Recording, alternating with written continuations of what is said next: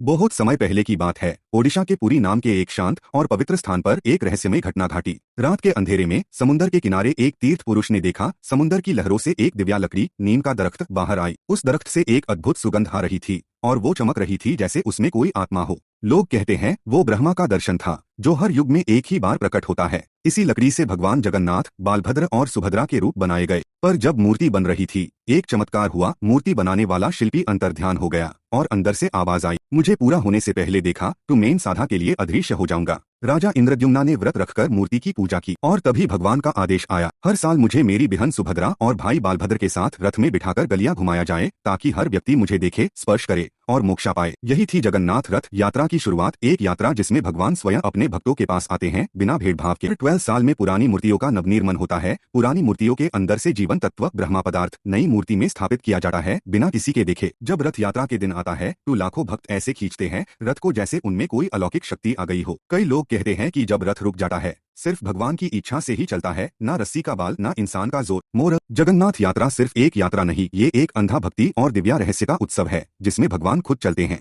एक अंधेरी रात थी, ब्लड रेड मून आसमां में चमक रहा था। जंगल में बस हवा की सरसराहट थी। पेड़ के नीचे एक अकेला इंसान खड़ा था, इताची उच्चा। उसके चेहरे पर शांति थी, लेकिन उसकी आंखों में तूफान छुपा था। उसके दिमाग में बार बार वही आवाज गूंज रही थी, तुम्हें अपने क्लैन को मारना होगा ताकि विलेज बचा रहे। इताची सिर्फ 13 साल का था जब उसने एक ऐसी जिम्मेदारी उठाई जो शायद किसी जावा को भी तोड़ देती। अपने माँ बाप, अपने दोस्तों, अपने लोगों को उसने अपने हाथों से खत्म किया। सबने उससे गद्दार कहा, कातिल कहा, लेकिन उसने कभी सच नहीं बताया, सिर्फ एक के अलावा, अपने छोटे भाई सासुके के लिए। तुम मुझे कभी माफ मत करना सासुके, मुझे हमेशा नफरत करना। ये उसका प्लान था कि सासुके एक दिन स्ट्रॉन्ग बेन और उसे हरा दे। सालों बाद जब दोनों भाई एक दूसरे के सामने आए तो इताची ने नफरत के बीच से प्यार निकाल कर दिखाया। लड़ाई हुई, शरिंगन टकराए और इताची हरा। गिरते वक्त उसने सासुके के माथे को तपकी दी जैसे बचपन में देता, और फिर उसका शेरा हवा में कालों के झुंड में बादल गया। क्रोस उड़ते रहे और एक कहानी खत्म हो गई, या शायद शुरू। तभी सासुके को पता चला कि जो भाई उसके सामने विलन बना रहा था वो एक्चुअली उसका फरिश्ता था, एक ऐसा हीरो जिसे किसी ने कभी समझा ही नहीं।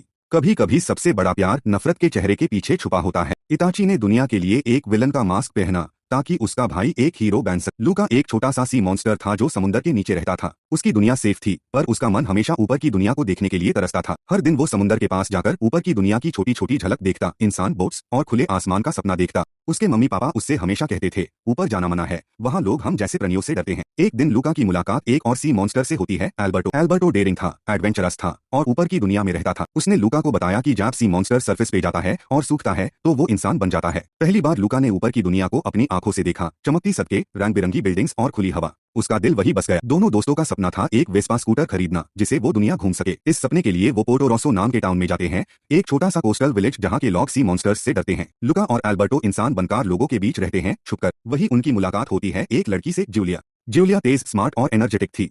उसने उन्हें एक रेस के बारे में बताया जिसमें जीतने पर पैसे मिलते हैं, वेस्पा के लिए काफी। तीनों मिलकर ट्रेनिंग करते हैं। इस दौरान लूका को पढ़ाई और स्टार्स में इंटरेस्ट होने लगता है और एल्बर्टो को लगता है कि लूका उससे दूर हो रहा है। एक दिन एल्बर्टो गुस्से में आकर सबके सामने अपनी असली रूप दिखा देता है। लोग डरते हैं और लूका उस वक्त यूज सपोर्ट नहीं करता। एल्बर्टो उदास होकर चला जाता है।